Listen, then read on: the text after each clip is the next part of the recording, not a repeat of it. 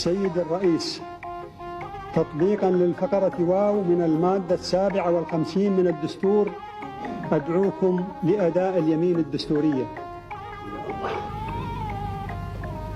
بسم الله الرحمن الرحيم. أقسم بالله العظيم وبشرفي وبمعتقدي أن أصون استقلال العراق وسلامته ووحدة أراضيه، وأحافظ على النظام الجمهوري،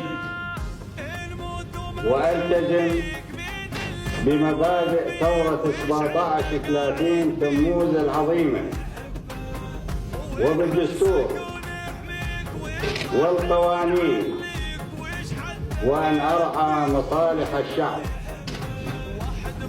وأن أعمل بكل تفان وإخلاص للحفاظ على كرامة الشعب وعزته وسعادته، وتحقيق أهداف الأمة العربية في الوحدة والحرية والاشتراكية.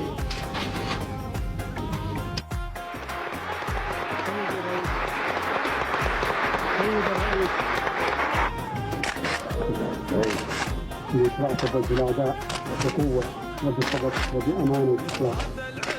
إن شاء الله نحمل حق لي عندما يقوى الأمر ذلك.